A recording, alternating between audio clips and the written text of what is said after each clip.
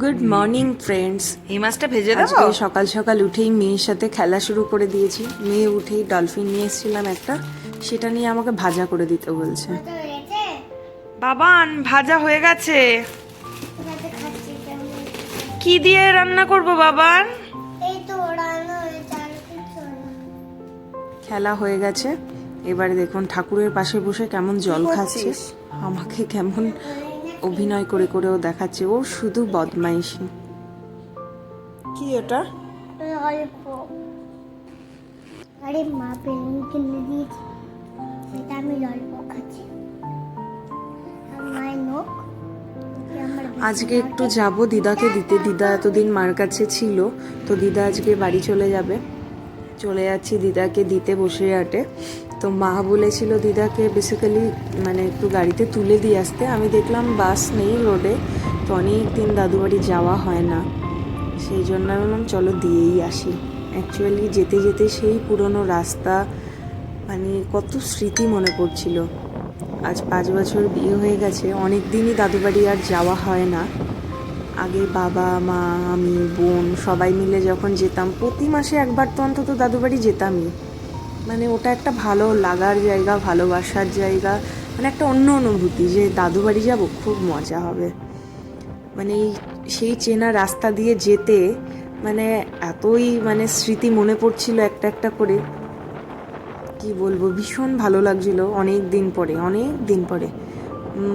মানে অনেক দিন পরেই এইভাবে দাদু বাড়ি যাচ্ছি। আবার বলতে গেলে 5 বছর পরেই আর এভাবে যাচ্ছি। মাঝে গেছি, আমার হাজবেন্ডের সাথে গেছি, কিন্তু সেই পুরনো যাওয়ার মতো করে আর কখনো যাওয়া হয়নি। দেখুন একটা ঘোড়া কি সুন্দর ওখানে ঘাস খাচ্ছে। এই জায়গাটা রোডের বেসিক্যালি এই জায়গাটা আমার খুব প্রিয়। বাবাকে সবসময় বলতাম বাবা এখানটা একটু দাঁড়াও না, খুব ভালো লাগছে, খুব ভালো লাগবে এই জায়গাটা। এই জায়গার প্রাকৃতিক দৃশ্যটা এত সুন্দর, কি বলবো আপনাদের। দেখুন মানে একটা ছোট্ট রাস্তা ভেতরের দিকে চলে গেছে, মাঠের ভেতর দিয়ে এত সুন্দর করে সাজানো, মনে হচ্ছে প্রকৃতিটা মনে হচ্ছে একদম হাতে করে সাজানো এই জায়গাটাতে। ক্যামেরা একাই করছিলাম, ওই জন্য একটু অসুবিধা হচ্ছিল ক্যামেরা করতে। চলে এসেছি এবার দাদু বাড়িতে অনেক দিন পরে, খুব ভালো লাগছে। দিদা আসার সাথে সাথেই তো চল একটু মাছ কিনে দিই, মাছ নিয়ে যা বাড়িতে। কত স্মৃতি এই দাদু বাড়িতে, ছোটবেলার মানে সব ভালো লাগার মুহূর্ত সব এখানে রয়েছে। চলে এসেছি দিদার সাথে বাজারে। দিদা এখন মাছ দেখে নিচ্ছে কি কি পাঠাবে। দাদু বাড়িতে আসলে দাদু সব সময় মাছ আগে পাঠাবেই। দাদু মাছ পাঠাবে না, মাছ বাড়ি নিয়ে যাব না, এটা হতে পারে না। দাদু আসলেই আগে মাছ পাঠিয়ে দেবে। পুরনো এখানে একটা কসমেটিক্সের দোকান আছে, ওই দাদুর সাথেও একটু বাজারে এসেছি বলে দেখা করে গেলাম। ছোটোবেলার থেকেই ওই দাদুর দোকানে যেতাম। আমাকে দেখলে খুব খুশি হয়ে যায় এত বছর পরে। আবার বাজারে ফিরে গেলাম দিদার কাছে। দিদা দেখলাম কী কী মাছ নিচ্ছে, এত রকম মাছ আমাকে পাঠিয়ে দিয়েছে, কি বলবো। মানে গিয়েই আগে চলে গেছে বাজারে মাছ দেবে বলে। খুব ক্লান্ত হয়ে গেছিলাম, এখান থেকে বাড়ি এসে মানে বেসিক্যালি ঘুমিয়েই পড়েছি আমি।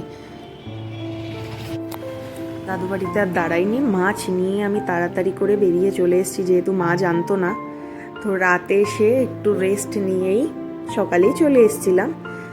তো একটু ঘুমিয়েছিলাম, এসে খেয়ে দিয়ে ঘুমিয়ে পড়েছিলাম। এখন যাচ্ছি একটু প্যান্টালুন্সে, আমার মেয়ের জন্য কিছু শপিং করব। বোন আমি আর আমার মেয়ে মিলে বেরিয়ে পড়েছি। মেয়ের শপিংয়ে মেয়ে যাবে না তা তো হয় না।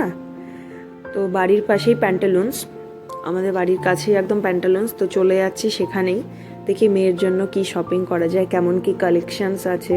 পুজো তো চলেই আসলো, চলুন ভেতরে যাওয়া যাক, দেখি ওদের কি কালেকশন আছে।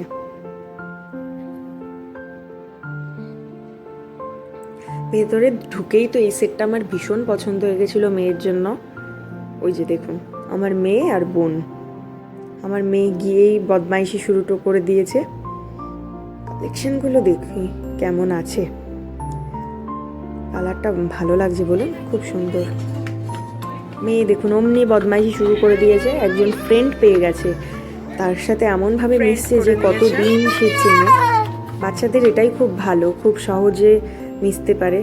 শপিং হয়ে গেছে, এবার বেরিয়ে পড়েছি এখান থেকে। একটু ট্রেন্ডসে গেছিলাম, দেখলাম কেমন কি কালেকশন আছে, সেখানেও ফ্রেন্ড। বেরিয়ে একটু ভুট্টা খেয়ে নিলাম। এখানের ভুট্টাটা আমি খুব ভালোবাসি, এত দারুণ ভুট্টা করে কি বলবো। ভুট্টাগুলো মানে একদম দারুণ, ভুট্টাগুলো একদম পুরো সুইট কর্নের মতো, কিন্তু সুইট কর্নগুলো যেমন মানে ছোট ছোট টাইপের হয় না, বেবি কর্নগুলো, এত ভালো হাবড়ার এই ভুট্টাটা কি বলবো আপনাদের। তো রাস্তায় গণেশ চতুর্থীর জন্য দেখলাম প্রসেশন বেরিয়েছে, ঠাকুর নিয়ে যাচ্ছে। আগে মানে গণেশ চতুর্থী ছিল পরের দিন, তো সেই ঠাকুর নিয়ে যাওয়ার মানে মুহূর্তটাই দেখতে লাগলাম। এত সুন্দর লাগছে রোড দিয়ে, মানে যখন যাচ্ছে বিভিন্ন রকম নাচ করছে, দেখুন কি সুন্দর নাচছে মেয়েরা। পেছনে ঠাকুর আরতি করছে দেখলাম, সেটাও খুব সুন্দর লাগছে। সব কি সুন্দর সেজেছে, কি সুন্দর ব্যালেন্স করছে দেখুন।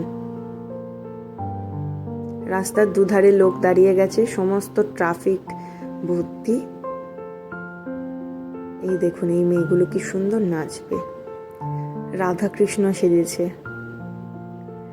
আমি গাড়ি চালাবো কি, আমি রাস্তার মাঝখানে দাঁড়িয়েছিলাম, সবাই দাঁড়িয়ে গেছে এই দৃশ্যটা দেখার জন্যই।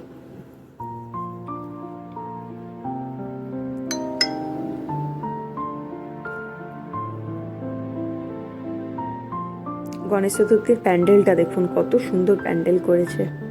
হাবড়াতে ভালোই পুজো হয়, গণেশ চতুর্থী সুন্দর পুজো হয়। দেখুন কি সুন্দর নাচছে, মাথায় কতগুলো করে এরা হাঁড়িগুলো নিয়েছে, নিয়ে কিভাবে ব্যালেন্স করে নাচছে।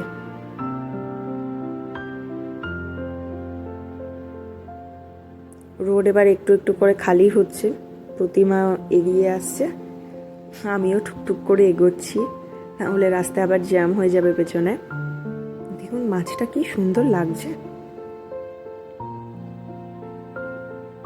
এগুলো দাঁড়িয়ে দেখতে কিন্তু খুব ভালো লাগে। আরতি করছে দেখুন, কি সুন্দর আরতি করছে, মনে হচ্ছিল দাঁড়িয়ে দেখি, শুধু রাস্তায় জ্যাম হয়ে যাবে। ঠাকুরের মূর্তিটা দেখুন কি সুন্দর লাগছে।